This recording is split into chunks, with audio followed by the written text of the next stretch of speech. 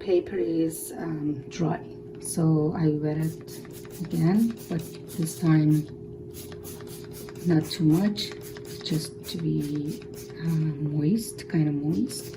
And also I spray the paint, my palette. Okay. I continue with petals. As I told you before, any kind of yellow works here. My yellow is Indian yellow. Okay, I go sometimes from out to in, and also sometimes from in to out, from the stamen to the outside of the flower. Okay. And I kind of exaggerate the yellow color here and there, and I'm not worried about the shapes because they are random, as you see here in the picture reference photo. It's kind of different shapes of petals, and I follow the directions of them like this. Okay, now I'm gonna use burnt sienna for make those petals that they are in shadow side, like this part. And also I just do keep some yellow to shine, which means I'm not covering whole yellow all over the petals, just few brush strokes here and there.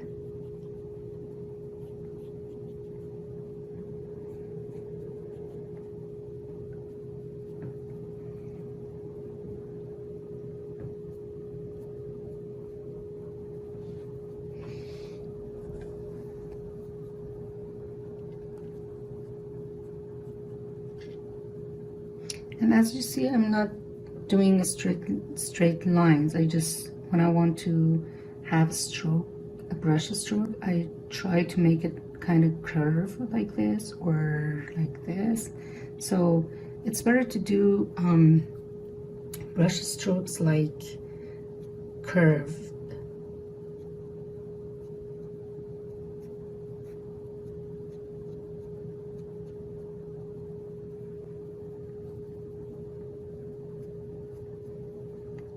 At the same time, I try to do some background, which means I make the background more dark. I can use Hooker's green. Actually, I used leftover here too. Plus burnt umber. So more Hooker's and burnt umber. Now I start from maybe this part. Okay, I can angle. Okay, this brush is Dagger, and you can see the number and the brand also.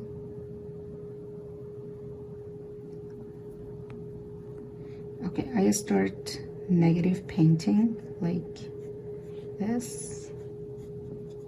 I keep those strokes random, and I fade them out. Some part could be like from out to in, touch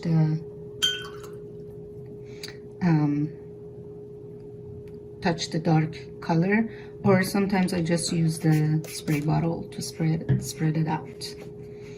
And sometimes I'll leave it like this. It's okay because it shows it's a kind of maybe petal or something. And I'm not worried about bleeding, as you see here. It's okay. Just with clean water, you can fade it into the center of the flower. It's okay, because at this point you can see the flower and the background merge together, so it makes it more beautiful and natural. I use again the violet, I told you, violet rose, for this part. Maybe it was wet and dry, as you see the brush strokes here. So again, I can fade it out like this, or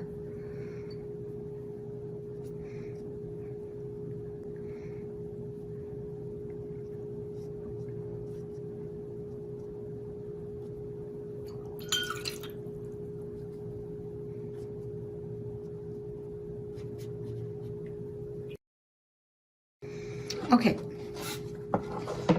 I'm not supposed to fade all the strokes that I make. It's okay to have them. Okay, look at this part. I told you before, I'm not supposed to do the same color all around the flower, so I use sepia for this part.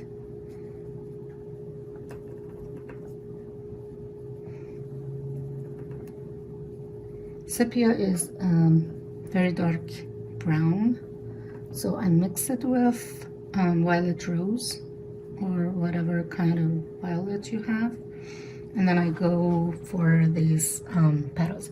As you see, I use my tip of the brush like this. So because it's kind of moist, I need to use more pigment and less water. So I just do the random shape of petals. There's another way to do it. If you cannot do it by brush, you can just put pencil mark and then follow pencil mark.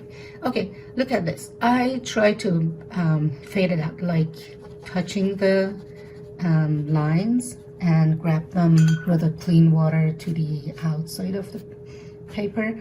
Or sometimes I can just use another different color which I used here, for example, and blend them together.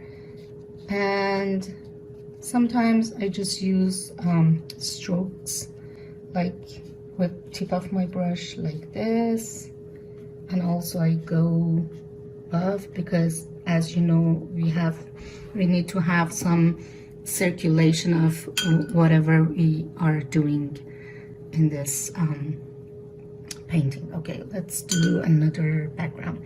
I changed the color a little bit. Okay, let's do it like this.